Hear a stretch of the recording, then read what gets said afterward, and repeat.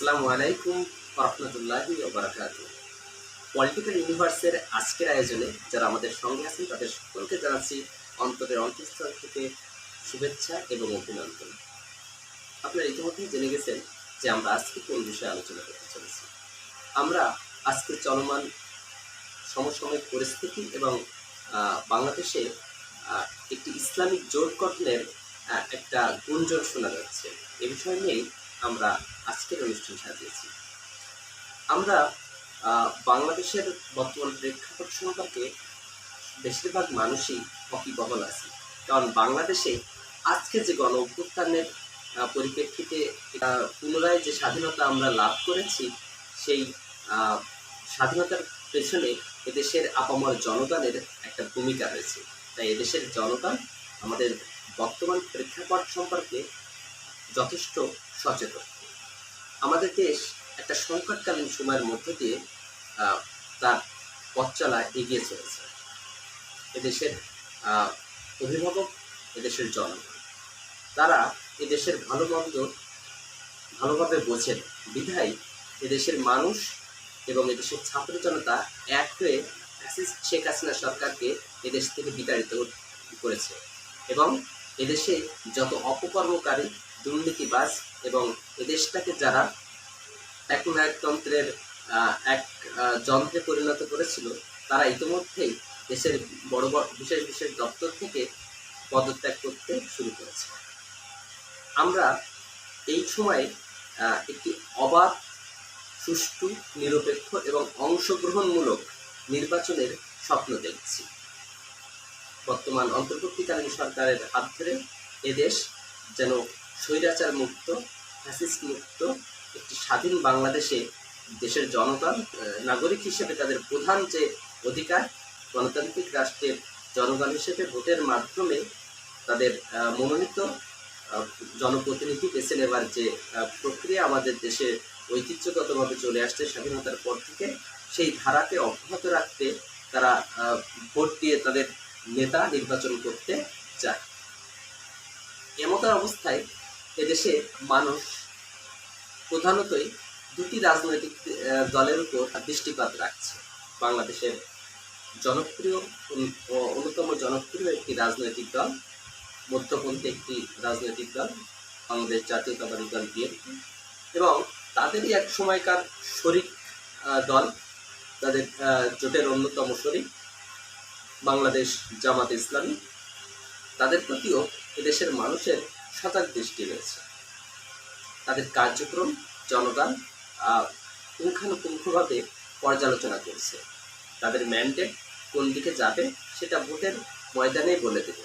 তবে এই দুটি রাজনৈতিক দল বাংলাদেশের বর্তমান প্রেক্ষাপটে সব থেকে বেশি আলোচনায় রয়েছে। তার পেছনে দুটি কারণ রয়েছে।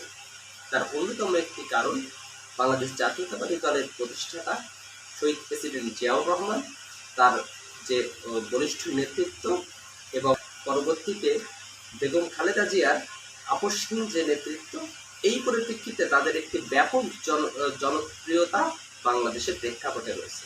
যদিও তাদের কার্যক্রমে, বিগত দিনের কার্যক্রমে সমালোচনার জায়গাও ব্যাপক রয়েছে, তারপরও এদেশের একটা বিরাট সংখ্যক মানুষ তাদেরকে দেশের হাল ধরবে এমন একটা বিশ্বাস, আস্থা তাদের রয়েছে। আবার আরেকদিকে দীর্ঘদিনের শরিক দল বাংলাদেশ জামাত ইসলামী, এই মুহূর্তে তাদের কার্যক্রম, তাদের যে আদর্শ, এটা এদেশের মানুষ, একটা বিরাট সংখ্যক মানুষ, ধর্মপ্রাণ মানুষ, তারা মনে করছে এদেশে আওয়ামী লীগের বিকল্প হিসেবে, এদেশে ফ্যাসিস্ট সরকারের বিকল্প হিসেবে একটা জনকল্যাণকামী দল, যারা কিনা জনগণের সাথে সম্পৃক্ত এবং তৃণমূল মানুষের প্রতিনিধি হিসেবে কাজ করবে, এমন একটি রাজনৈতিক দল হিসেবে বাংলাদেশ জামাত ইসলামী ও তাদের অন্যতম পছন্দে রয়েছে। এমন একটা অবস্থায় যখন বাংলাদেশে বিরাজ করছে, তখন বাংলাদেশে অন্যান্য ইসলামিক দলগুলো এখন একটি ঐক্যের প্রয়োজনীয়তা অনুভব করছে।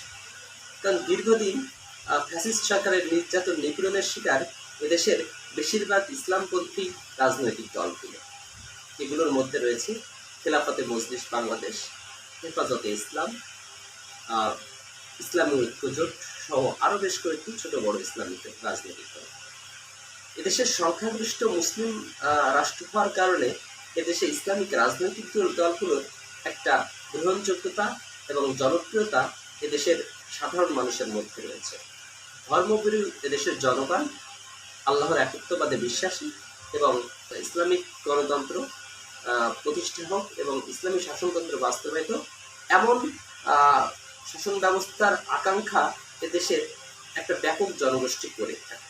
তাই ধারাবাহিকতায় এদেশে ইসলামিক দলগুলো যখন ভিতরগতভাবে এমন একটি ঐক্যের চিন্তা করছে, তখন এদেশের মানুষও এই বিষয়ে বেশ উৎসুক। আসলে বাংলাদেশ জামাত ইসলামী এই ঐক্যের ব্যাপারে ইতোমধ্যেই তাদের দলীয় প্রধান, তাদের বর্তমান আমির ডাক্তার শফিকুর রহমান তাদের অভিমত খানিকটা প্রকাশ করেছেন। তারা বলেছেন তারা এই মুহূর্তে নির্বাচন নিয়ে না ভাবলেও যেহেতু এদেশের বেশিরভাগ ইসলামিক দলগুলো একটি ঐক্যের প্রয়োজনীয়তা অনুভব করছে, তা সেহেতু সময় সাপেক্ষে এ বিষয় নিয়ে তারা চিন্তা ভাবনা করবে। অর্থাৎ এই বিষয়ে তাদের যে নেতিবাচক মতামত আছে ব্যাপারটি ঠিক এমন নয়। একটি ঐক্যের যদি প্রয়োজনীয়তা থাকে তাহলে জাতির স্বার্থে, রাষ্ট্রের স্বার্থে জামাত ইসলামীও একটি ইসলামী ঐক্যজোটের পথে হাঁটবে না, এমনটা ভাবা ঠিক হবে না।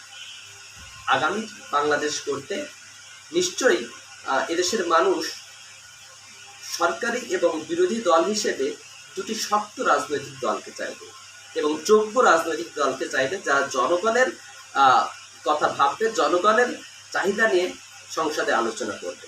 আমরা জানি বিএনপি একটি দীর্ঘদিনের জনপ্রিয় এবং শক্তিশালী রাজনৈতিক দল। যদি ধরা হয় যে বিএনপি আগামীতে এদেশের সরকার গঠন করবে, তাহলে বিএনপি কি তাদের শরিক দল জামাতকে বিরোধী দল হিসেবে নেবে? যেমনটা আমরা বিগত সংসদগুলোতে জাতীয় পার্টি ভূমিকা দেখেছি, ব্যাপকভাবে সমালোচিত হয়েছে, যারা কিনা 14 দলের শরিক দল থেকেও সংসদে বিরোধী দলের ভূমিকা পালন করেছে। কার্যত তাদের ভূমিকা বিরোধী দলের না হলেও তারা নামে বিরোধী দল হিসেবে থেকেছে।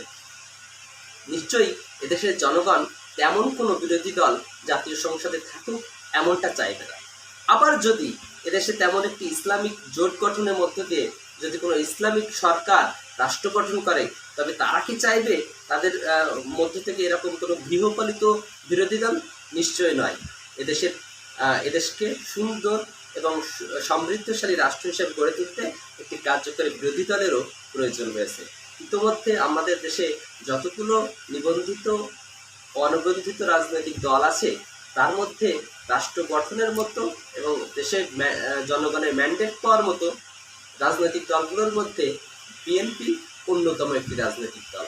আর যেহেতু একটা ব্যাপক গণহত্যা এবং ফ্যাসিস্ট রাষ্ট্রে পরিণত করার ভূমিকায় বাংলাদেশ আওয়ামী লীগ দীর্ঘদিন ইনভলভ ছিল, তাই তাদের থেকে যে এদেশের মানুষ মুখ ফিরে নেবে সেটাই অনেকটা নিশ্চিত বলা যায়। তাই বাংলাদেশের এই প্রেক্ষাপটে একটি ইসলামী জোট যদি গঠন হয় আর তার নেতৃত্বে যদি বাংলাদেশ জামাত ইসলামী থাকে, তবে আশ্চর্য হবার কিছু থাকবে না। তবে এই মুহূর্তে কোনো কিছু নিশ্চিত করে বলা কঠিন, কারণ রাজনৈতিক মাঠে কোনো কিছুই নিশ্চিত নয়। সময় কাল ক্ষণ ভেদে রাজনীতিবিদদের সিদ্ধান্ত নিতে হয়, আমরাও সেই সিদ্ধান্তের অপেক্ষায় থাকব। তবে একটি সুন্দর সমৃদ্ধ বাংলাদেশ পুনর্গঠনে এদেশের জনগণ একটি কার্যকারী সরকার গঠন হোক এবং জনগণ কল্যাণমুখী রাষ্ট্র গঠনে তাদের ভূমিকা থাকুক, এমনই একটি রাজনৈতিক দলকে এদেশের মানুষ ক্ষমতায় দেখতে চায়। এই আশাবাদ ব্যর্থ রেখে আজকের আলোচনা এ পর্যন্তই। আমাদের সঙ্গেই থাকুন এবং আমাদের আলোচনা ভালো লাগলে আমাদের চ্যানেলটিকে সাবস্ক্রাইব করুন। আল্লাহ হাফেজ।